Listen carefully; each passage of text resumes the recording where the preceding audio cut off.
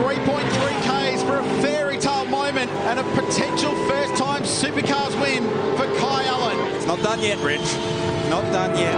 What an incredible story this will be. Chased down by a champion, one of the best our sport has seen. And this rookie has dealt with the pressure like a seasoned professional.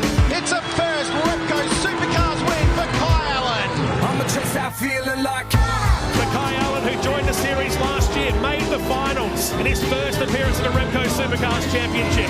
But today it's going to be a victory, a second one for the Penrite Road driver, and the South Australian wins the Darwin Triple Crown, race 2 of the championship here in the top end.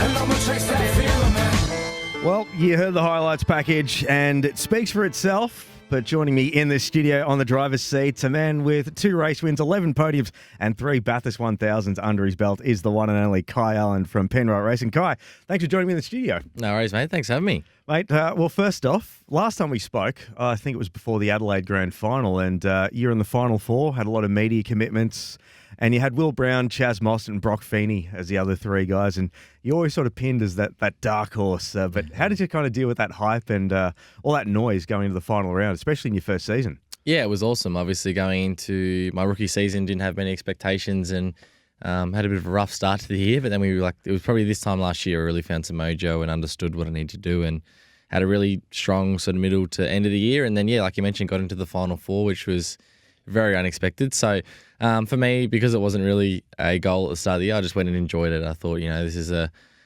very cool opportunity as a rookie, and there's no pressure on me and the team. Did a really good job to make sure that I had everything I needed to make sure that I could enjoy it and also put my best foot forward, which I think we did. We had a really strong Adelaide. We had some stuff go wrong, that's motorsport. But at the end of the day, we were fighting with those guys in the battle with Chaz and Brock and also Will Brown. We were fighting both races. So, yeah, it was really cool. Still to get 4th in championship my rookie year is awesome. But, yeah, just took all those learnings for this year and hopefully we can go better. Absolutely. And let's talk about that first win in New Zealand because it really has turned your season on its head. 1 win, 3 podiums from 4 races. Quite a result for you and your new engineer, Ricardo Corte. I mean, that's a partnership that seemed to have gelled very quickly because after SMP, it's not like you did poorly or anything, but it was just like, oh, geez, this looks like this year could be a fight. Yeah, for sure. I think, the results didn't really show how good our SMP was and obviously Ricardo coming in from Italy and in the F1 background, he had a lot to learn with the supercar and just the way it goes, and his role as an engineer now is a lot more probably full on than what he would have had. He would have had a lot more people around him doing what he was doing in F1, so he sort of had to learn about tyres and how to communicate to the mechanics and all that stuff. So it at the end of the day, it took him probably a lot less longer than we thought, if that makes sense. It was crazy how quickly he got up to speed. And SMP, we had an unfortunate weekend. We were going for the race lead in the last race and looked like we were going to win it. Had a lot of speed on Brock and did that move around the outside at turn 1, which was really cool, and had all the things there, and we just had a mechanical failure, which is very unfortunate. No one's fault. So, yeah, we regrouped, and it's a credit to the team and giving Ricardo the support, but also it shows how good he is and how amazing his brain is in the engineering world. And yeah, once we sort of got going together and we've sort of just been chipping away and we've built a really, really strong bond. I think it's really helped. So it's exciting. We've already got 2 race wins with each other. Yeah. He is a rookie engineer basically in supercars. He's done a great job. So we'll keep fighting and hopefully we can have more success. Did you feel there was some added pressure? Because, obviously expectations are always huge. It's part and parcel in this sort of industry. And you got a guy who spent a good chunk of last year working with Lewis Hamilton, and all of a sudden he's jumping on your car. Were you kind of tithinking like, oh, geez, this could either go south or could go north very quickly? Yeah, it was obviously a lot of, we didn't really know what was going to happen. We knew that he was very good in what he does.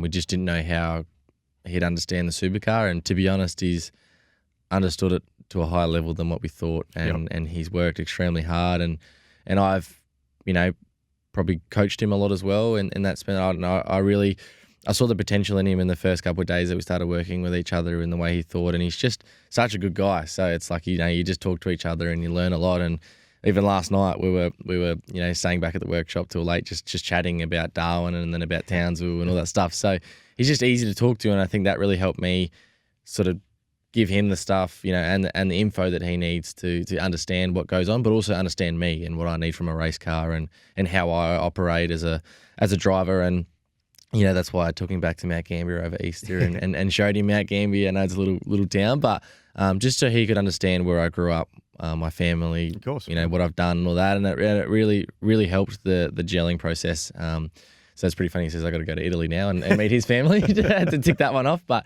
at the same time, it was the best thing for us is to really just become really good mates. And when times are tough on the track and off the track, we'll fight together and we know what we need to do. And and that goes throughout the whole team as well. So it's awesome. Absolutely. And since that first win that you had in New Zealand, you've walked away with a trophy pretty much each round. Not pretty much. You have walked away with a trophy each round. And both your wins, though, they didn't come easy. You had to fend off Brodie Kostecki in New Zealand, Cam Waters in the top end, and there would have been nerves in Christchurch because obviously it's your first win. But when you had to, you were very clinical in Darwin, and I've noticed that, and you've spoke about this before on other podcasts and things like that, how you've taken a different approach to your racing in the sense that level of expectation.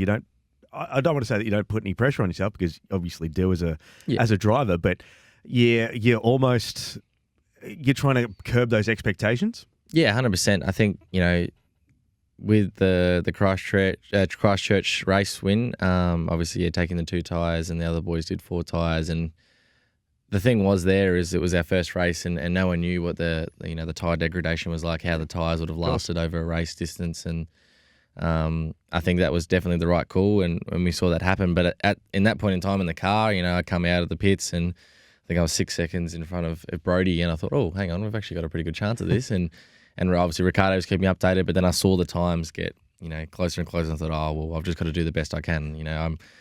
I'm one of those guys that I'll get put a challenge, and I will do whatever I can to make sure that it ends up like that, whether it's fuel saving or whatever. They go stick to this number or whatever, I will make sure that I do it. So when they said that, we've got a chance at the race win here, I thought, all right, I'm going to do whatever I can. I don't care if the wheels fall off this thing. I'm going to do whatever I can to make sure I get this win. And it was really cool. Once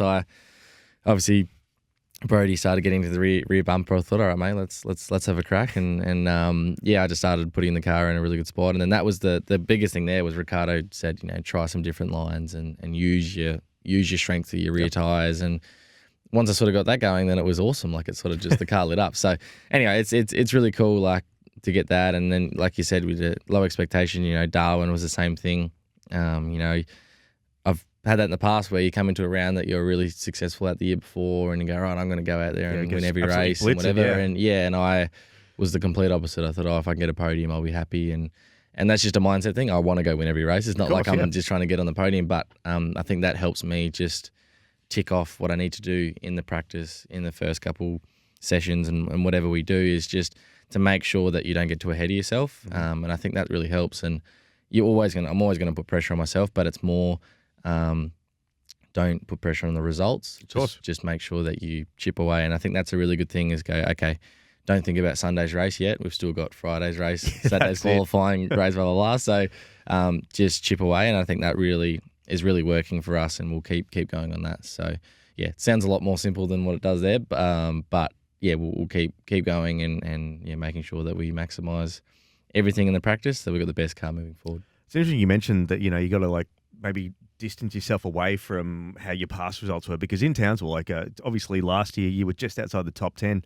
But you actually had a win in Super 2 there with Eggleston back in the day. And so what's the prep like going into this round? Because, you can obviously do sim work, you can look at last year's data, this year's data, but like you said, on the actual day, in the actual race, it could mean everything or it could mean nothing. Yeah, 100%. It's one of those tracks where that's the sort of thing I was talking about. I rocked up out of Darwin, 2 podiums. I'm like, all right, I'm good at this. I'm good at this stuff. Yeah, this is easy. And then a lot of people sort of gave me some criticism about claiming that Townsville was a really, really good track, and which it was. Like I got my first Super 2 race win, first Super 2 pole.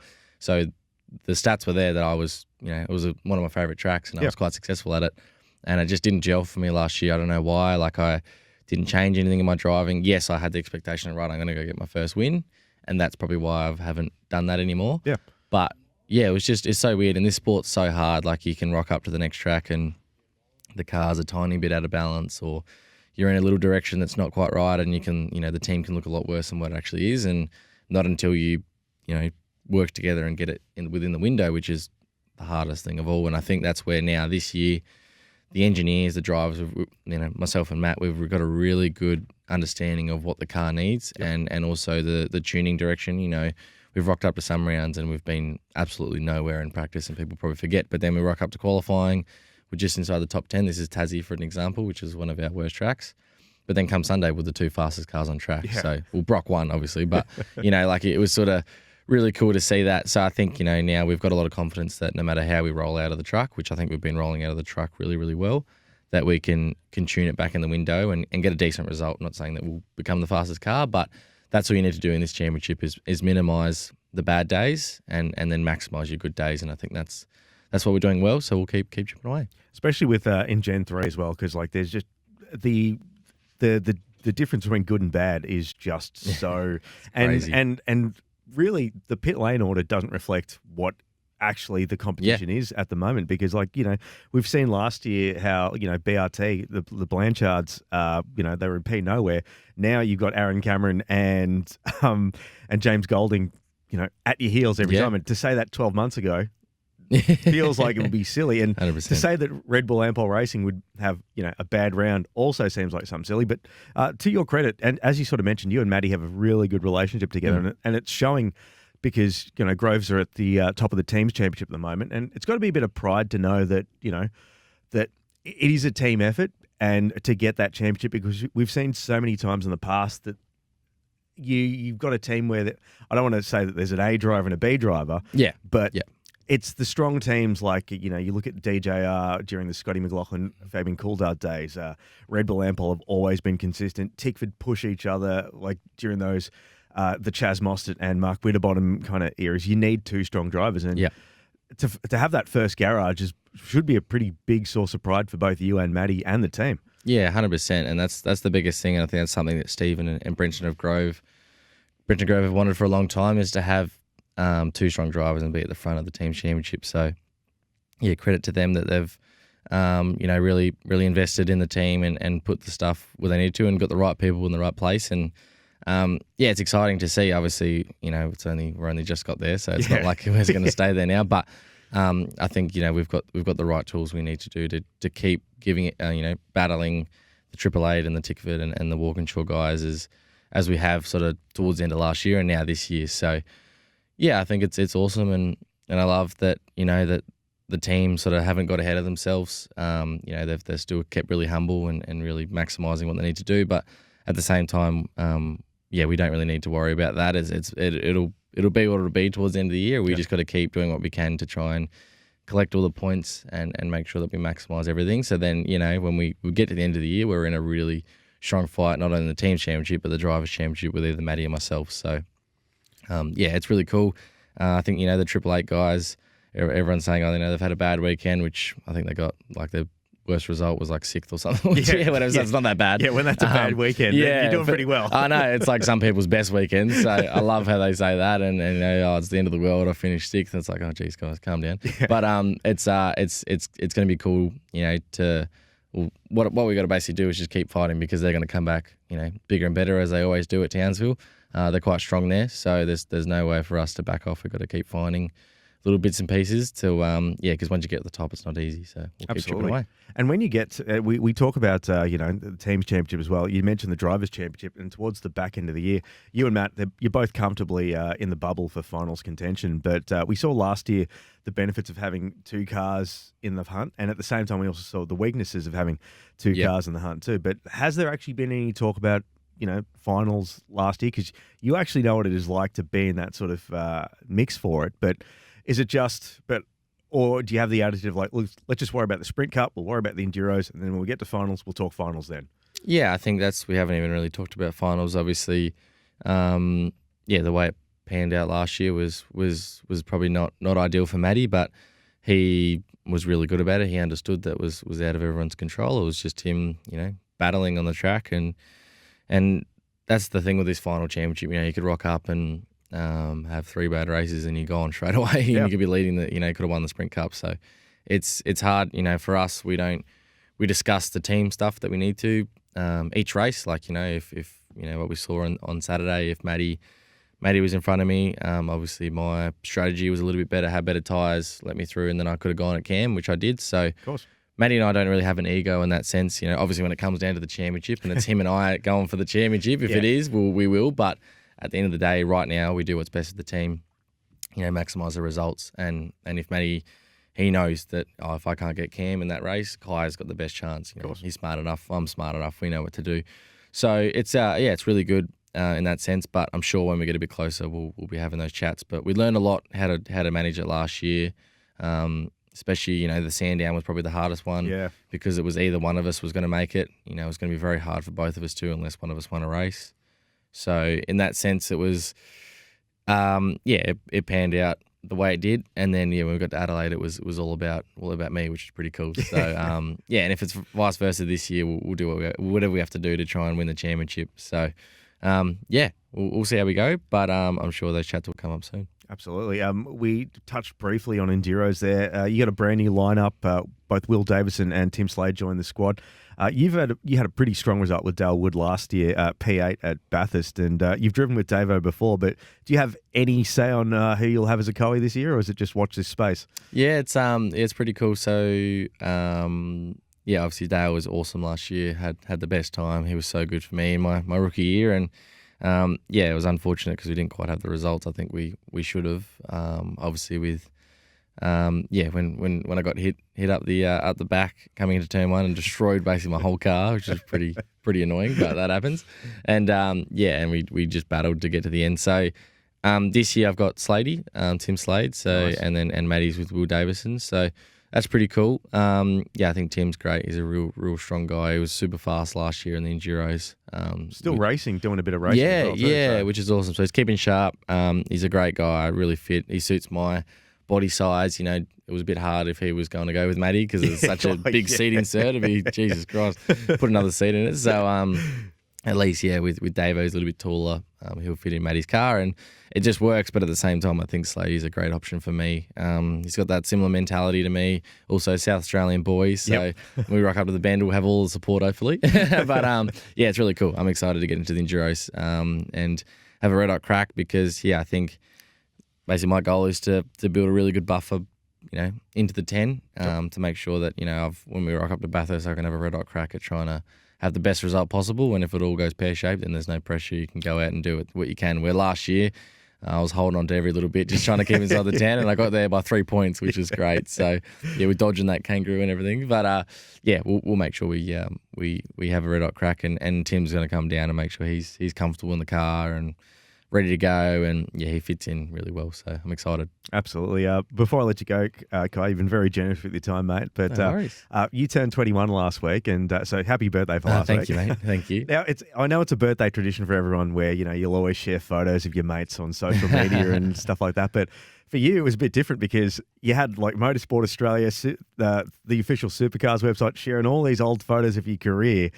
Was that a bit weird, sort of seeing like that many people go and share so much stuff about you? Yeah, there were some photos I didn't even know existed. I was like, where was that one come from? I need that. But no, it was really cool. There's a lot of support, and it's one of those things. I've been so busy in my young years that I've never really got to celebrate birthdays because I've been away racing or got something going on. So it was really cool this year. It was on a Friday, so I was in Mount Gambier with my family on the Friday. Had a good family dinner, and then me and a few of my really close mates and Dad's mates, we all did a bus trip up to Melbourne and watched the footy, which was good. Nice. So it didn't get too loose, which is good. It was it's pretty sensible, but we had an absolute ball. Ricardo came down, had the footy, and another guy from the team that I'm really close mates with. So it was awesome. It was really good to see. But those photos are so funny. I was like, what is going on? This isn't ideal. And having Supercars post photos of when I was like 10 or whatever. I was like, where they got these from? So no, it's really cool. But no, it's good to see the support. And 21, it's crazy. It's I'm a bit more of a grown up now. I got a bit more responsibility, so can't be a little kid anymore. So, but no, it's really cool. Kai, it's been a pleasure, mate, to get you in the studio. All the best in Townsville. I don't need to wish you any luck because you go awesome. But thanks for being on the driver's seat once again. Awesome. Thanks, mate. Thanks for having me.